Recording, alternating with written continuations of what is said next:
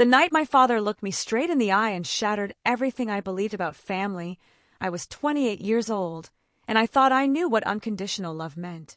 For years, I had been the perfect daughter, a relentless echo of his impossible standards, chasing his approval through every achievement, every success, every milestone. I was a marketing coordinator who had just landed the biggest promotion of my career. The news was a fragile, precious thing I couldn't wait to share with the two people who mattered most. But sometimes, the people who should celebrate your victories are the ones who resent them the most. Before I tell you what happened that night, know this. If you've ever felt unwanted by the people who should love you most, you are not alone. This story will show you exactly how I turned my father's cruelest words into my greatest strength. Growing up in suburban Cleveland, Ohio, I was what everyone called the golden child. My father, Frank, worked as an accountant for a mid-sized firm, a man methodical and precise in everything he did. He wore the same navy blue ties, organized his desk drawers with military precision, and expected the same exacting order from everyone around him. My mother, Linda, was his opposite, gentle, nurturing, always ready with fresh-baked cookies and warm hugs when I came home from school.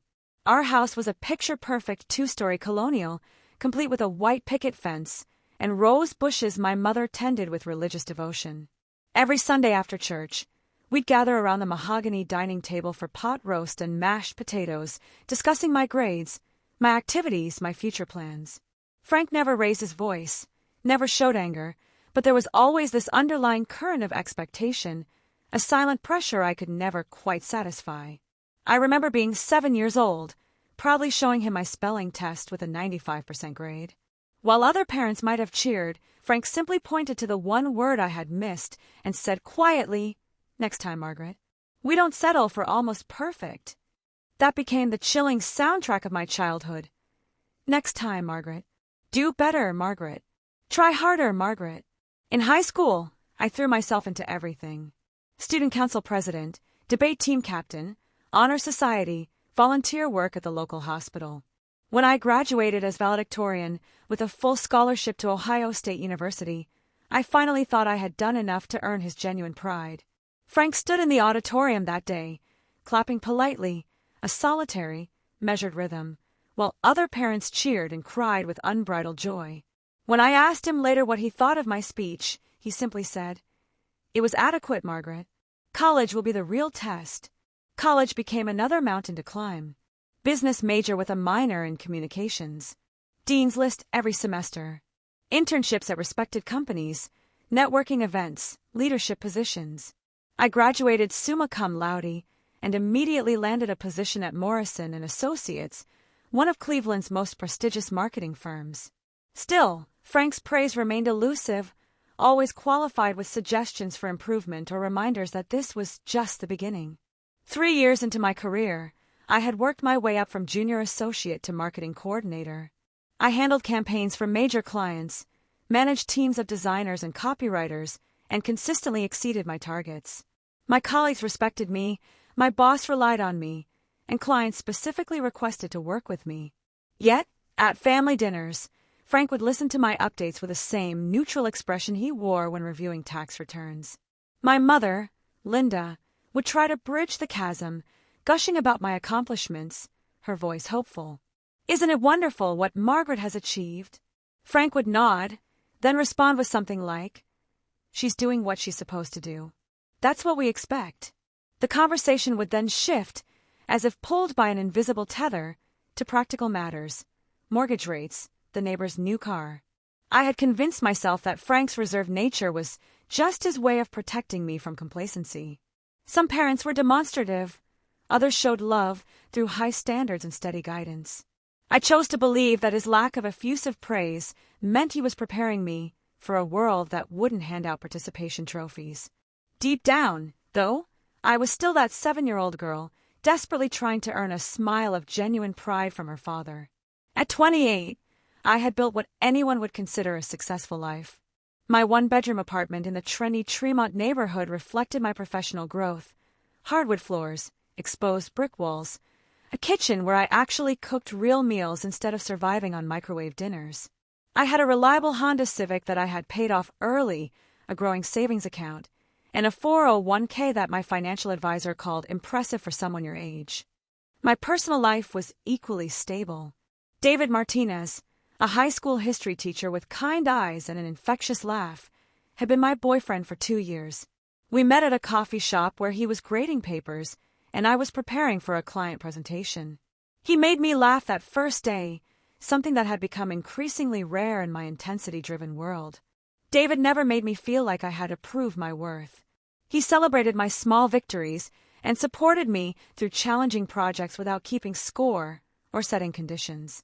6 months earlier, I had been assigned to lead the campaign for Hartwell Industries, a manufacturing company looking to rebrand their image for a younger demographic. It was the kind of high-stakes project that could make or break a career. 4 weeks, I worked 14-hour days coordinating focus groups, collaborating with creative teams, and presenting multiple concept iterations to increasingly demanding executives. The breakthrough came during a late-night brainstorming session. Instead of focusing on the company's industrial capabilities, I proposed highlighting their commitment to environmental sustainability and community investment. The campaign, Building Tomorrow's Legacy Today, resonated perfectly with their target audience. Within 3 months of launch, Hartwell Industries saw a 30% increase in brand recognition among 18 to 34-year-olds. My boss, Patricia Chun, called me into her office on a Tuesday morning in October. I had been with the company for 3 years, consistently delivering results and building strong client relationships. "Margaret," she said, leaning back in her leather chair with a smile I had never seen before, "I have some news that I think you're going to like." The promotion to Senior Marketing Coordinator came with a $15,000 salary increase, my own office with windows overlooking downtown Cleveland, and the opportunity to lead a team of 5 junior associates. More importantly, it represented recognition of my capabilities and potential for growth within the company. Patricia shook my hand. "You've earned this, Margaret. Your work on the Hartwell campaign was exactly the kind of innovative thinking we need more of." I spent the rest of that day in a euphoric haze, accepting congratulations from colleagues and already planning how I would share the news with my parents. This promotion represented everything I had worked toward, validation that my years of dedication and sacrifice had paid off. For the first time in my adult life, I felt truly proud of myself, independent of anyone else's approval. That evening, I made reservations at Lego East Bank, an upscale Italian restaurant where my parents had celebrated their 25th wedding anniversary. I wanted this announcement to be special, memorable, worthy of the achievement it represented. I even stopped at a boutique in Beechwood and bought my mother a silk scarf in her favorite shade of blue, and my father a leather portfolio that he could use for his own work. Driving to their house that Thursday evening, I rehearsed different ways to share the news. Should I wait until dessert for maximum impact? Should I lead with the salary increase or the leadership responsibilities? My hands trembled slightly on the steering wheel, not from nervousness about their reaction, but from pure, bubbling excitement about finally having something that would make Frank truly proud. The familiar ritual of arriving at my childhood home played out exactly as it had hundreds of times before. I parked in the driveway behind my father's silver Camry and walked up the brick pathway, noticing that my mother had planted new mums in preparation for fall. The porch light cast the same warm glow it had when I was 16, coming home from dates or school events. Linda answered the door, wearing her favorite burgundy sweater and pearl earrings, the same ones she wore to every special occasion. Her face lit up with genuine joy as she pulled me into a hug that smelled like vanilla and the lavender soap she had used for as long as I could remember. "Margaret, honey, you look wonderful. That new haircut suits you perfectly." Frank appeared in the hallway, still in his work clothes, but with his tie loosened and sleeves rolled up. "Hello, Margaret," he said with his customary nod, neither warm nor cold, just a factual acknowledgement of my presence. "Traffic wasn't too bad, I hope." "Actually, pretty smooth," I replied, following them into the living room where CNN played softly on the television. The house looked exactly the same as it had during my high school years. Same beige carpet, same family photos arranged on the mantel, same Afghans draped over the arms of the navy blue sofa. The only additions were reading glasses scattered on various surfaces and a pill organizer on the kitchen counter that reminded me my parents were getting older. Dinner conversation began with the usual topics. Linda updated me on neighborhood gossip. The Johnsons were getting divorced after 30 years. The new family across the street had 3 young children who played loudly in their backyard, and the city was finally going to repave Maple Street after years of complaints about potholes. Frank contributed practical observations about property values and local tax assessments. He had opinions about the school levy on the upcoming ballot and concerns about whether the new shopping center would increase traffic congestion. These conversations were comfortable in their predictability, like worn-in shoes that fit exactly right.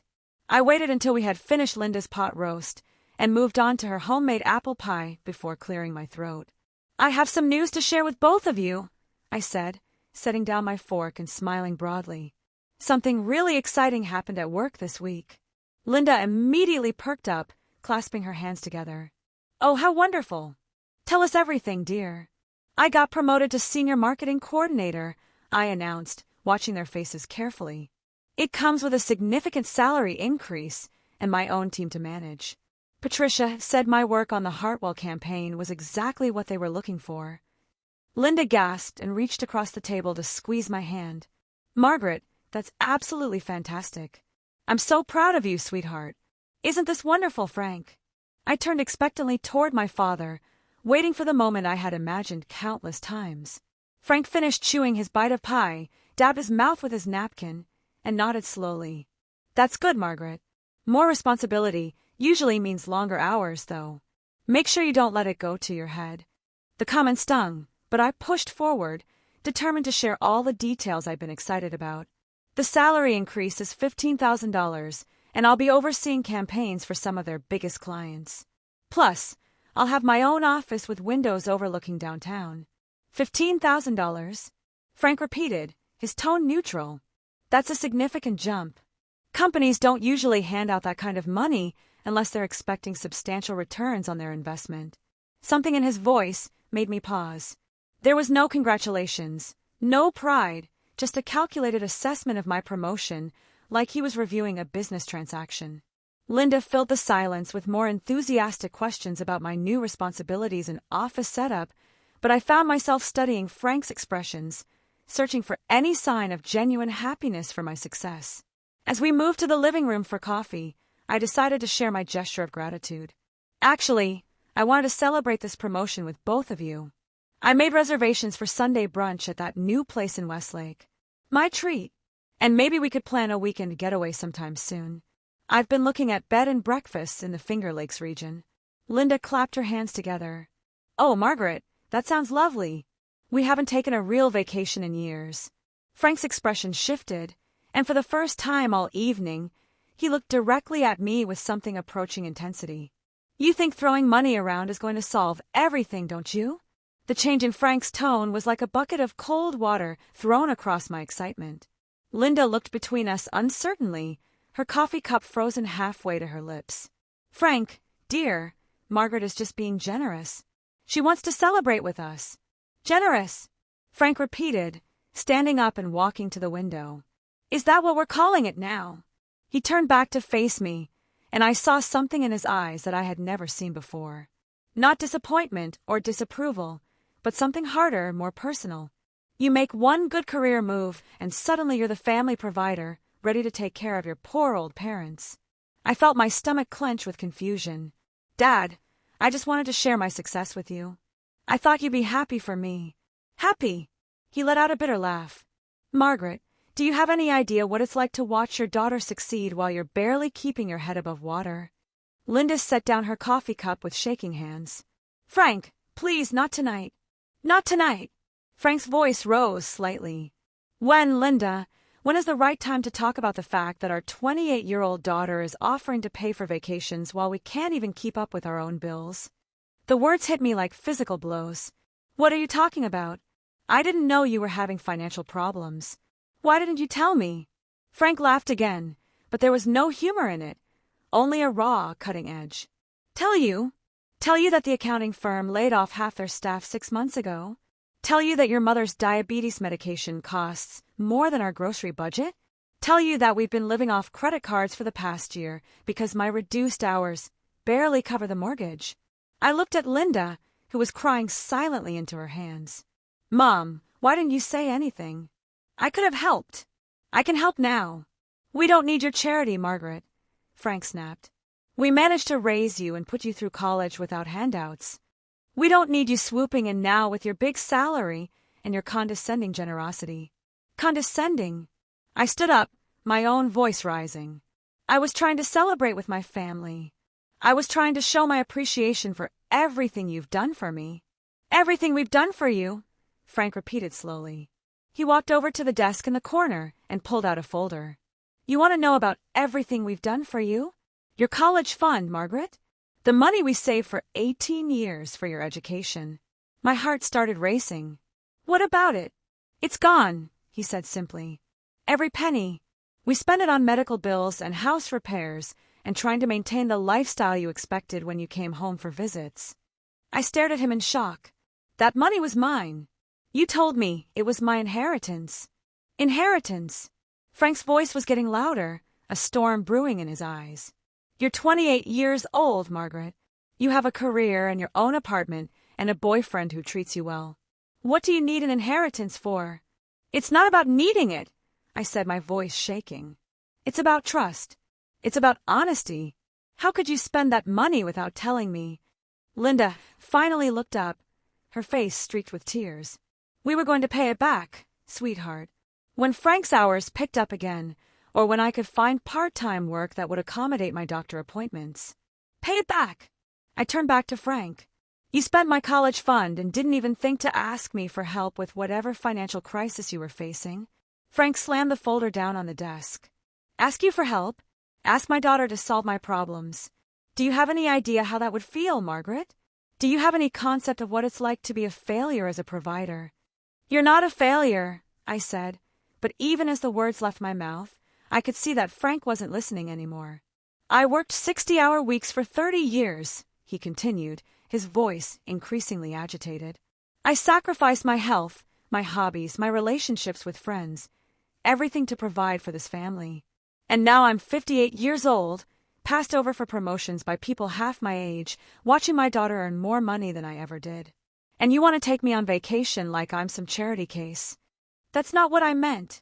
I protested. "I just wanted to do something nice for you." "Something nice?" Frank repeated, a bitter, hollow sound. "You know what would be nice, Margaret? If you understood that your success feels like a reminder of my failures. Every achievement you celebrate, every promotion you get, every dollar you earn is proof that I wasn't good enough to give you the life you deserved." The room fell silent except for the rhythmic ticking of the grandfather clock in the hallway. Linda was sobbing quietly, and I felt like the floor was dissolving beneath my feet. This wasn't how this evening was supposed to go. This wasn't how my father was supposed to react to the best news of my professional life. "Dad," I said quietly, "I never meant to make you feel bad about my success." Frank looked at me with eyes that seemed to see right through me. And when he spoke again, his voice was so quiet, it was almost a whisper. "You want to know the truth, Margaret? You really want to know what I think about your success, and your promotions, and your perfect life?" I nodded, though every instinct told me I didn't want to hear what was coming next. Frank took a deep breath and looked me straight in the eye. "If I could go back, you'd never be born." The words hung in the air like smoke from a fire, visible and choking and impossible to ignore. Linda gasped, a sharp, broken sound. Frank just stood there, his chest rising and falling with rapid breaths, as if saying those words had required enormous physical effort. I felt everything inside me go completely still. Not just quiet, but frozen, like the moment when you step outside in January, and the cold hits so hard that your lungs forget how to work. "What did you say?" "You heard me," Frank said, his voice steadier now, as if crossing that line had given him some kind of terrible permission. "Your mother was 26 when she got pregnant with you. We had been married for 3 years, and we had plans, Margaret. Real plans." Linda stood up shakily. "Frank, stop. Please stop talking." But Frank wasn't stopping. It was like watching a dam break, years of resentment pouring out all at once. I was supposed to get promoted to partner at the firm. We were going to travel to Europe, maybe move to Chicago where the opportunities were better. Your mother wanted to go back to school, get her teaching degree. I sank back down into my chair, my legs unable to support me anymore. I don't understand. You've been married for 31 years. You chose to have me. Chose. Frank laughed bitterly, a harsh, grating sound.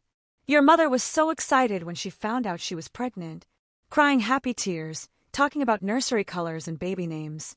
How could I tell her that all I could think about was everything we were going to lose? Frank, please, Linda begged, her voice raw. Don't do this. Not like this. She deserves to know the truth, Frank said, turning back to me. Do you want to know what I was doing the day you were born, Margaret?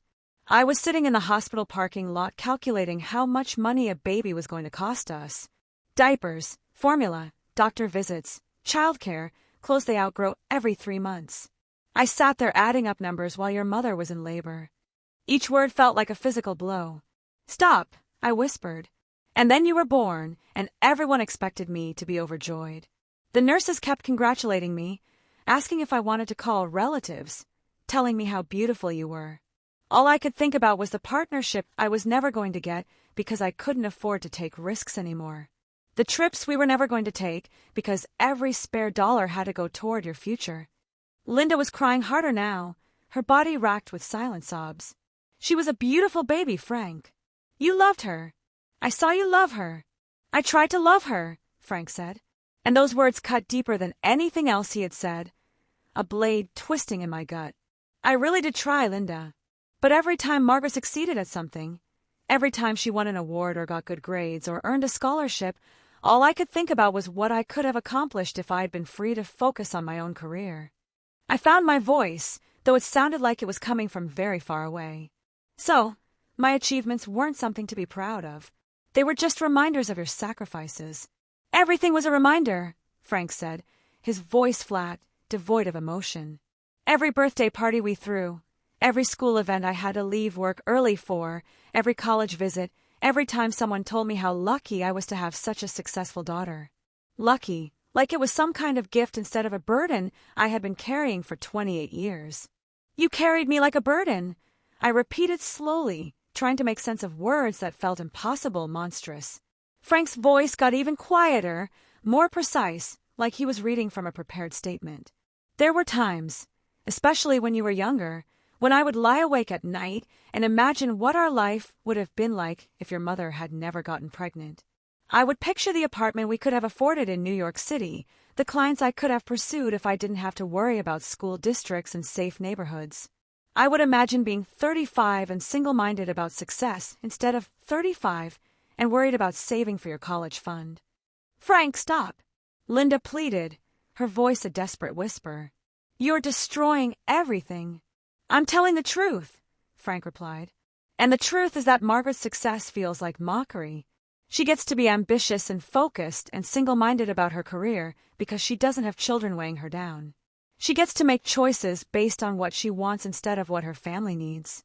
She gets to be the person I never got to be. And every time she celebrates another achievement, I'm reminded of everything I gave up to make her success possible. I stood up slowly, my hand shaking. So when you said, if you could go back, I'd never be born. I meant it, Frank said, looking me directly in the eye, his gaze unflinching.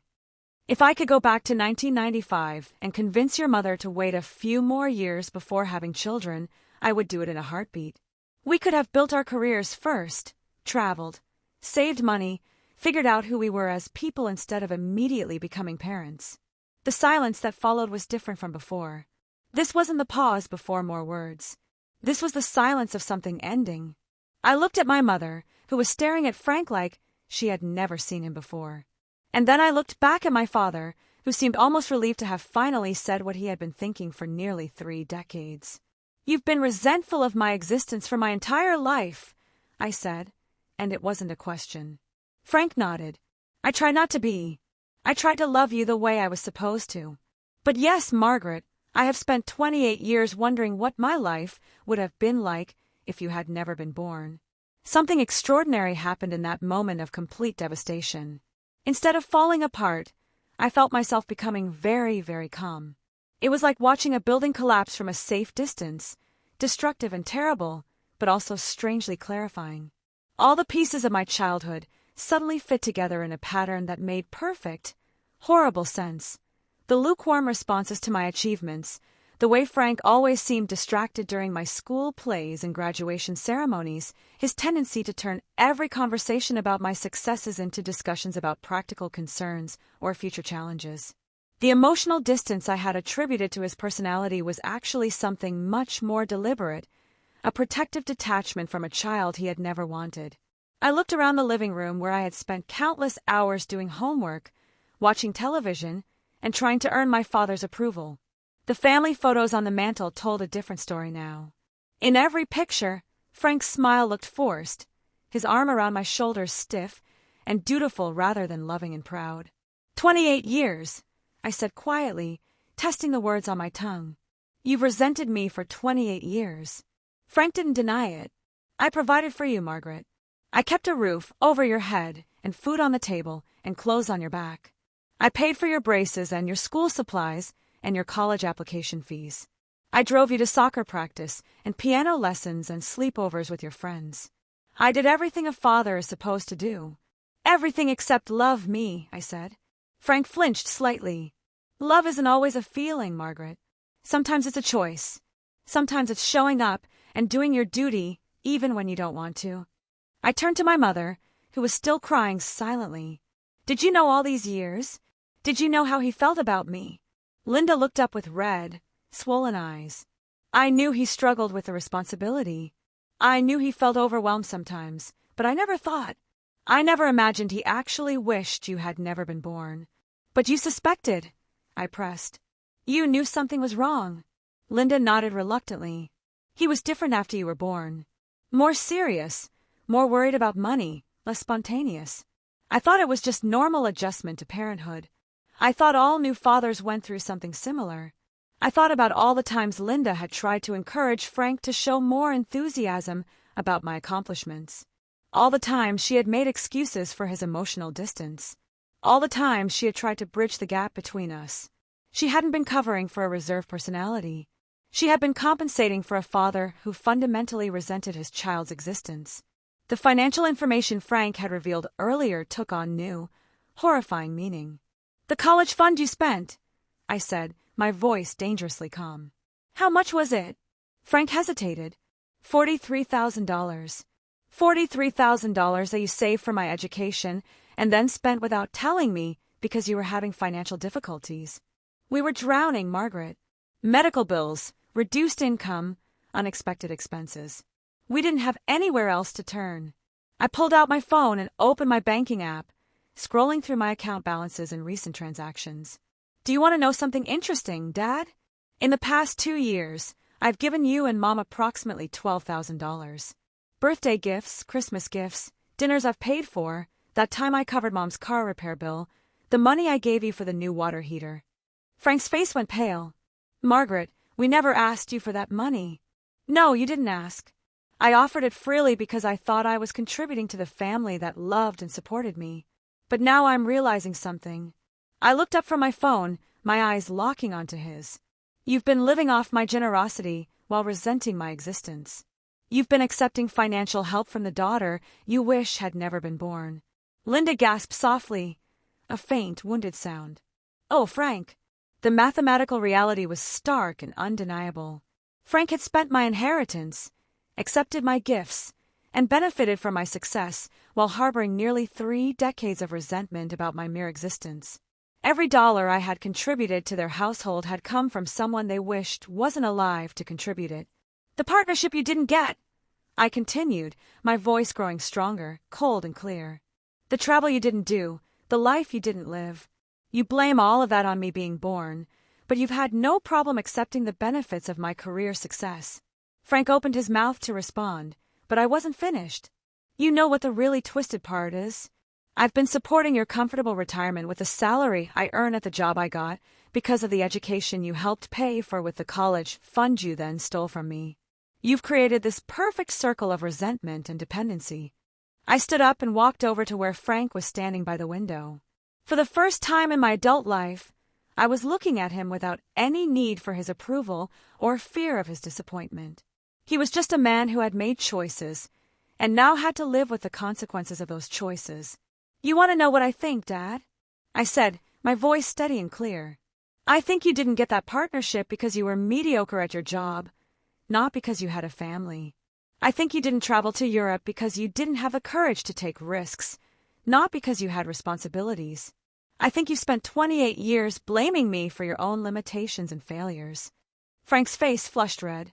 That's not true. Isn't it? I stepped closer. Because successful people with children manage to advance their careers all the time. Successful people with families manage to travel and pursue opportunities and build the lives they want. The only difference between them and you is that they don't use their children as excuses for their own lack of ambition. The confrontation reached its peak in that moment when Frank realized I was no longer the child desperately seeking his approval. I was an adult woman with my own resources, my own power, and my own ability to set boundaries. The dynamic between us shifted completely as I stepped into a version of myself I had never been before, someone who refused to accept undeserved guilt. You want to go back and erase me from existence? I said, looking Frank directly in the eye. Fine, let's start right now. Frank blinked blankly, clearly not understanding what I meant. If you could go back and I'd never be born, then stop living off the daughter you wish never existed. The words came out calm and precise, like I was reading from a contract. Linda stopped crying and stared at me, and Frank's mouth opened slightly as the implications of what I was saying began to register. Starting immediately, I'm cutting off all financial assistance to this household. I continued, my voice unwavering. No more dinners that I pay for. No more gifts of money for household expenses. No more covering emergency costs when your car needs repair or the furnace breaks down. If you wish I had never been born, then you can live as if I had never been born. Margaret, Linda whispered, her voice laced with desperate plea. No, Mom. This is what he wants. He's made it very clear that my existence has been nothing but a burden and a disappointment. Well, burdens and disappointments don't pay for other people's lives. They don't contribute to retirement funds or cover medical expenses or take their parents on vacation. I turned back to Frank, who was starting to look less confident and more concerned, his carefully constructed facade crumbling. You know what's interesting about your fantasy of a childless life? You imagine all the career success you would have had, all the freedom and opportunities, but you never imagine doing any of that without the financial safety net I've been providing. That's different, Frank said weakly. Is it? Because from where I'm standing, it looks like you want all the benefits of having a successful daughter with none of the emotional responsibility of actually loving that daughter. You want my money but not my presence. You want my support but not my achievements. You want my contributions but not my existence. I pulled out my phone again and opened my financial planning app. Let me give you some numbers, Dad, since you're so good with numbers. Over the past 5 years, I have contributed approximately $36,000 to your household through direct gifts, paid meals, covered expenses, and holiday presents. That's not including the emotional labor of trying to earn your approval, or the time I've spent trying to build a relationship with someone who fundamentally didn't want me to exist. Frank was silent now, and I could see him processing the financial implications of what I was saying. Your monthly expenses, based on what you've told me about your financial struggles, are approximately $4,000. Your current income from reduced hours and Mom's disability payments is about $3,000. That leaves a monthly shortfall of $1,000 that you've been covering through credit cards and, apparently, my college fund. Margaret, please, Linda said. Don't punish me for what your father said. I looked at my mother with genuine sadness. Mom, I'm not punishing anyone. I'm simply accepting the reality that Dad has presented. He wishes I had never been born. Well, if I had never been born, you would have had to figure out your financial problems without my help. So, that's exactly what you're going to do now. I put my phone away and picked up my purse. I'm going to make this very simple for both of you. You have 30 days to figure out how you're going to manage your expenses without any assistance from me. That includes finding solutions for the medical bills, the credit card debt, and the ongoing monthly shortfall in your budget. Frank finally found his voice. You can't be serious. I'm completely serious. You've made it clear that my existence is a burden and my success is a source of resentment. Fine. Live your life as if the burden had never existed. See how successful you feel when you're not benefiting from the achievements of the daughter you never wanted. I didn't mean it like that. Frank said, but his voice lacked conviction. A desperate, hollow attempt to backtrack. Yes, you did. You meant every word. And now you get to experience the logical consequences of those words. I headed toward the front door, then turned back one more time. You know what the sad part is, Dad? I came here tonight to celebrate with you. I wanted to share my success with the people I loved most.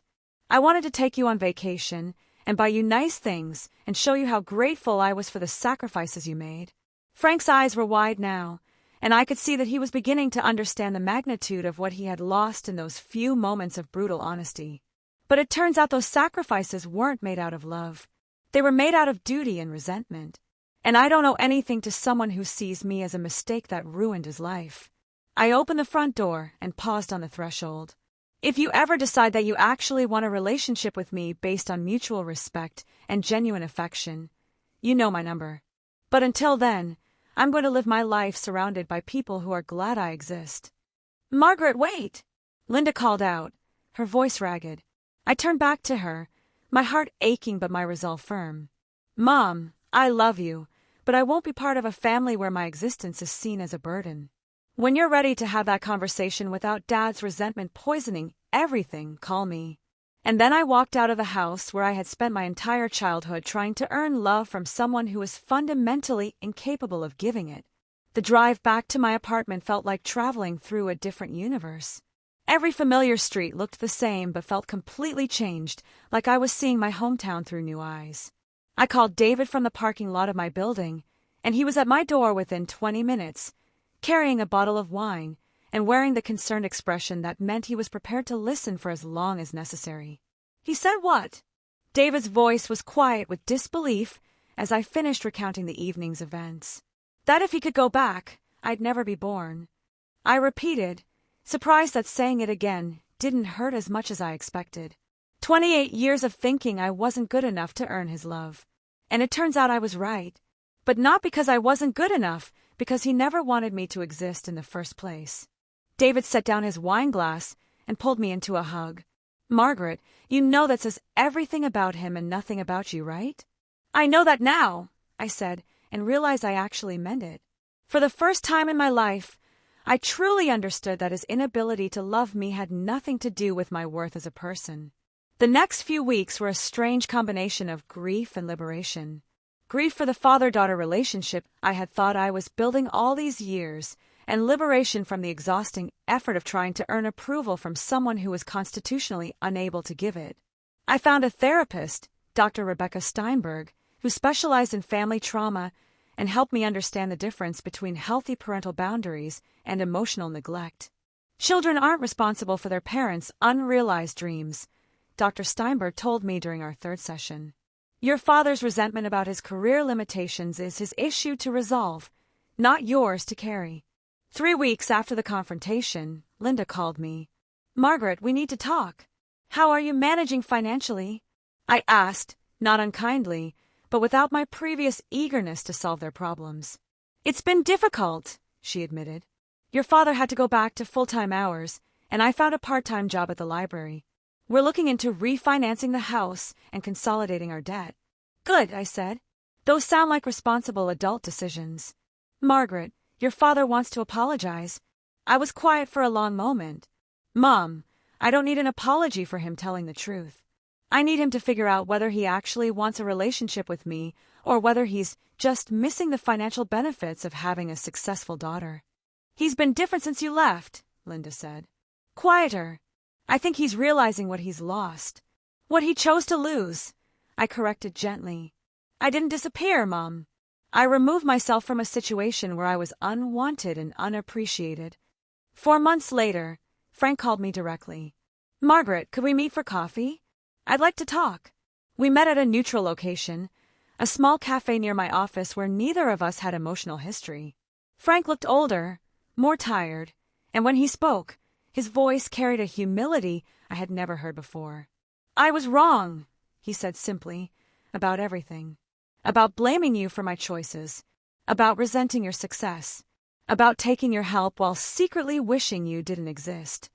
I studied his face, looking for signs of manipulation or emotional pressure. What changed your mind? Living without you, he said.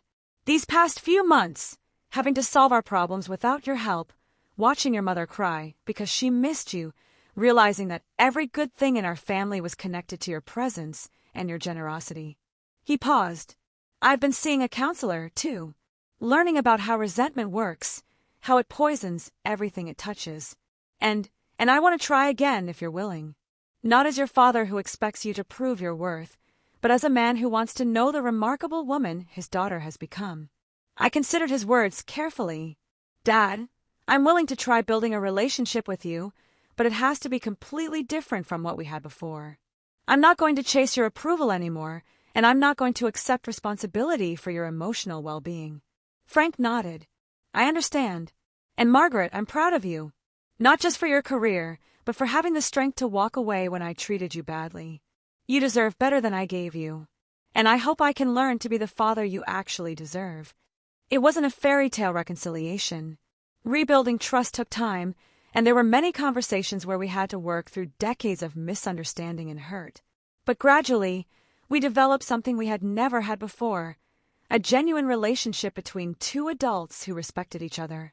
A year later, when David proposed to me in the same Tremont Park where we had our first real conversation, Frank was the first person I called with the news. His response was immediate and genuine. Margaret, I'm so happy for you. David is a lucky man, and you deserve all the love in the world. The wedding planning process became an opportunity for our family to practice our new dynamic. Instead of feeling obligated to include my parents in every decision, I involved them when I wanted their input and set boundaries when I needed space. Frank respected those boundaries without argument, and Linda began to see that she could have relationships with both her husband and her daughter without constantly trying to manage the tension between us. My career continued to flourish. Within 18 months of that terrible confrontation, I was promoted again to marketing director and eventually started my own consulting firm. But the most important change was internal. I no longer needed external validation to feel worthy of success. I had learned the difference between healthy family relationships and emotional manipulation, and I surrounded myself with people who celebrated my achievements rather than resenting them. The final lesson came from an unexpected source. During one of our monthly coffee meetings, Frank said something that surprised me. You know, Margaret, I realize now that my resentment wasn't really about you at all. It was about my own fear of not being good enough. When you succeeded, it forced me to confront my own limitations. And instead of using that as motivation to grow, I blamed you for making me feel inadequate. That insight crystallized everything I had learned about family, love, and self-worth. The people who truly love you will use your success as inspiration, not as ammunition for their own insecurities. The people who deserve space in your life will celebrate your achievements without keeping score or asking what's in it for them. I learned that being unwanted by someone doesn't make you unworthy of love. It makes them unworthy of you. I learned that you can't earn genuine affection through perfect behavior or extraordinary achievements. And most importantly, I learned that sometimes the people who should love you most are incapable of it. And that's a reflection of their limitations, not your value. The moment I stopped begging for crumbs of affection from someone who saw me as a burden, I realized I had been starving myself of the love I actually deserved. Now, I surround myself with people who celebrate my existence rather than resent it. And every day I'm grateful that I had the courage to demand better. Today, my relationship with my parents is healthier than it has ever been. But it's built on mutual respect rather than obligation. Frank has learned to manage his own emotions without making them my responsibility. And Linda has learned to love me without apologizing for Frank's behavior. We've all grown from that terrible night when the truth came out. And while I wouldn't wish that experience on anyone, I'm grateful for the clarity it ultimately provided. Sometimes the most loving thing you can do for yourself is refuse to accept less than you deserve, even from family, even from the people who are supposed to love you unconditionally. Because the truth is, real love doesn't come with conditions, resentment, or scorekeeping. Real love celebrates your existence and supports your success without asking what's in it for them. And if someone can't offer you that kind of love, then maybe it's time to stop settling for what they're willing to give and start demanding what you actually deserve. What about you? Have you ever had to set boundaries with family members who didn't appreciate your worth? Have you experienced that moment when you realize you were accepting less than you deserve from people who were supposed to love you? Thank you for listening to my story. Remember, you deserve to be surrounded by people who are grateful for your existence, not resentful of it. Choose love that celebrates you, not love that merely tolerates you.